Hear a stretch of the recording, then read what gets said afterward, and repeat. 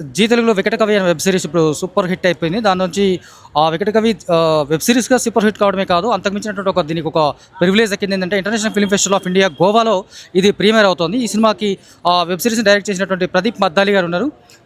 తన ఎక్స్‌పీరియన్స్ ఒకసారి కనుక్కుందాం. హాయ్ అండి. Hello sir. First of all congratulations from Telugu audience.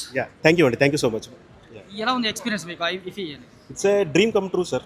అంటే ఇఫీ రెడ్ కార్పెట్ మీద నేను పూరి గారి దగ్గర అసిస్టెంట్ డైరెక్టర్గా ఉన్నప్పుడు ఇక్కడ ఫెస్టివల్స్కి అటెండ్ అవ్వాలి ఎప్పుడైనా అని చూస్తుండేవాడిని. అట్లా today we are walking the red carpet for Vikatakavi.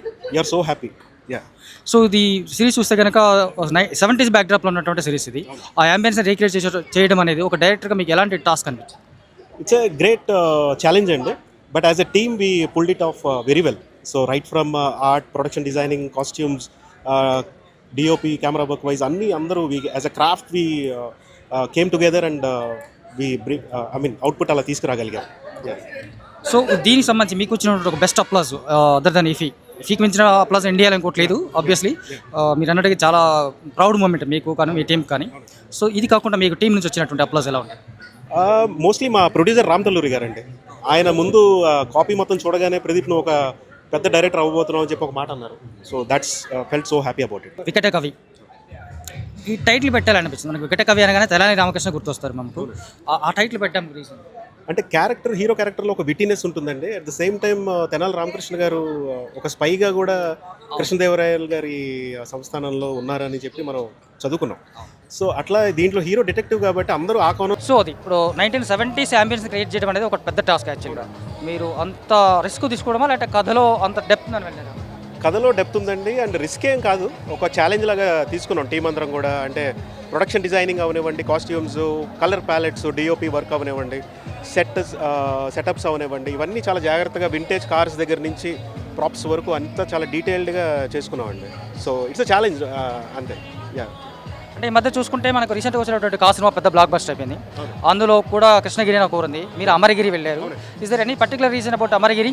అంటే ఈయన రైటర్, బేసిక్గా ఆయన మహబూబ్ నగర్ జిల్లా వాసి ఆయన. సో అక్కడ ఉన్న ఒక సంస్థానంలో ఒక ఫిక్షనల్ కథ జరిగితే ఏంటి అని చెప్పి ఆయన రాసుకున్న ఆలోచన ఇది.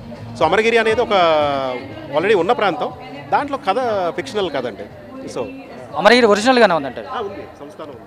సో ఇలాంటి కథల్లోకి ఆర్టిస్టులు తీసుకెళ్ళడం ఒక టాస్క్ లాగా ఉంటుంది. ఎందుకంటే ఫిక్షనల్ క్యారెక్టర్ 70sలో ఒక పర్సన్ ఎలా బిహేవ్ చేశాడు అన్నది ఒక మైండ్ గేమ్ లాగా ఉంటుంది. అది మీ చేతిలో పని యాక్చువల్లీ. మీరు చెప్తేనే ఆర్టిస్టులు చేస్తారు. ఆర్టిస్ట్ని ఎలా మౌల్డ్ చేసుకున్నారు? అంటే లక్కీగా నరేష్ అవనివ్వండి, మెగా ఆకాష్ ఆర్ షీజు గారు, మన దేవి హీరో షీజు గారు, రఘు కుంచే గారు ఒక ఇంపార్టెంట్ పాత్ర పోషించారు. సో ఇట్లా అందరూ ఏంటంటే వాళ్ళు చాలా రూటెడ్ పీపుల్ వాళ్ళు. అంటే నాకు చాలా ఈజీ అయింది వాళ్ళకి. సో ఇది పలానా టైం జోన్లో జరుగుతుంది, పలానా కాలంలో ఇది జరుగుతుంది అంటే ఆ మాటలు ఎక్కడ మోడర్న్ పదాలు రాకుండా, ఎక్కడ తెలంగాణ యాస డైలెక్ట్ మిస్ అవ్వకుండా అందరూ ఆ కేర్ తీసుకున్నారు. యాక్టర్స్ అందరూ ఆ కేర్ తీసుకున్నారు అండ్ మేము కూడా అది ఫాలో అవుతూ చాలా బాగా చేసామండి. డైలాగ్స్ మీరే రాశారా? డైలాగ్స్ దేశ్రాజ్ రాసింది, సాయితేజ్ దేశ్రాజ్ అని చెప్పి ఆయన రైటర్. సో ఆయన డైలాగ్స్ తెలంగాణ స్లాంగ్ అనగానే కొంచెం ఆ కాలం స్లాంగ్. అంటే మాది బేసిక్గా నాది రాజమండ్రి. సో అంత పట్టు లేదు కానీ బట్ ఆ వినటానికి ఎలా కావాలి, ఆ మీటర్ ఎలా ఉంది, అలా కావాలో అలా తీసుకున్నాను. సో సో మీ ప్రీవియస్ మూవీస్ కొంచెం డిసప్పాయింట్ చేసి ఉండొచ్చు. లేదండి, డిసప్పాయింట్ అంటే లాస్ట్ ఇయర్ సర్వం శక్తిమయం అని చెప్పి ఒక వెబ్ సిరీస్ చేశాను. అది ఆల్మోస్ట్ ఇప్పుడు ఐఎండిబిలో 8.5, 8.4 రేటింగ్ ఉంది. అది హిందీ వెబ్ సిరీస్. తమిళ్, తెలుగులో ఆహాలో రిలీజ్ చేసాం అండ్ హిందీ జీ5గా చేసాం. ఇట్ గాట్ ట్రమెండస్ రెస్పాన్స్ అండి. Last web series is block buster hit అది యాక్చువల్ చెప్పాలంటే. అప్లాజ్ పరంగా అవనివ్వండి, నాకు అప్రిసియేషన్ రకరకాల మనుషుల దగ్గర నుంచి దట్ వాజ్ నాకు ఒక సాటిస్ఫాక్షన్ ఇచ్చిన ప్రాజెక్ట్ అది. సో ఫైనల్ అంటే మనకు ఇఫీ లాంటి వేదిక వరకు మీరు రావడం అనేది it's not a normal thing. Good. మీరు గురువుగా చెప్పుకునే పూరి గారి వల్ల కూడా అవ్వలేదు అనుకుంటాను మోస్ట్లీ. ఇక్కడ దాకా రావడం, ఈ జర్నీ ఎంత ఎలా ఉంది? అంటే ఆయన ఇక్కడే ఉన్నారు అనుకుంటున్నాను నేను. ఎందుకంటే మేము గోవాలో చాలా తిరిగాం, చాలా షూట్ చేసాం పూరి గారితో. స్టోరీ సెట్టింగ్స్ అవనివ్వండి, షూట్లు అవనివ్వండి. ఆ టైంలో ఈ ప్లేసెస్ అన్నీ రెక్కి చేసేవాళ్ళం మేము. సో రెడ్ కార్పెట్ ఈవెంట్ ఈ టైమ్స్లో ఉండేవాళ్ళు. ఎప్పుడైనా రావాలి ఇఫీ ఫంక్షన్కి అని చెప్పి ఉండేది. సో రియల్లీ బ్లెస్డ్ అండి. ఐఎమ్ షూర్ మా గురువు పూరి గారు, ఆయన ఆశీర్వాదం, ఆయన లవ్ ఎప్పుడు నాతో ఉంటుంది. ఇక్కడికి వస్తున్నట్టు అని చెప్పారు దానికి? ఆయనకి టెక్స్ట్ చేశానండి. ఆయనకి తెలుసు. ఆయన చూస్తా అన్నారు, షో చూస్తా అన్నారు. యా రిలీజ్ అయ్యాక. ఒక శిష్యుడిగా ఇఫీ దాకా వెళ్ళి రెడ్ కార్పెట్ ఈవెంట్లో పార్టిసిపేట్ చేయడం అనేది Yeah. ఆయన దాని నుంచి ఏమైనా మాట్లాడారా? ఇంకా లేదండి, అంత డీటెయిల్గా మాట్లాడాలి. ఆయన కూడా బాంబేలో ఉన్నట్టున్నారు. సో షో అయితే చూస్తా అన్నారు రిలీజ్ అయ్యాక, నేను మెసేజ్ పెట్టా. సో ఒకసారి షో చూపించి ఆయనతో డీటెయిల్గా అసలు ఆయనకి ఎలా అనిపించిందన్న ఫీడ్బ్యాక్ తీసుకుంటాను నేను.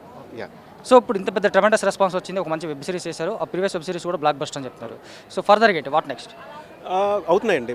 ఒక సైఫై కొత్త జోనర్స్లో ఎక్స్ప్లోర్ చేద్దాం అనేది అయితే పొనించో ఉంది. ఒక సైఫై హర్రర్ ఒకటి చేస్తున్నాను, అట్లాగే మళ్ళీ ఒక స్పిరిచువల్గా వెళ్తూ ఒక డ్రామా ఒకటి వేరే ఒక పెద్ద ప్రొడక్షన్ హౌస్తో అది డిస్కషన్స్ అవుతున్నాయండి.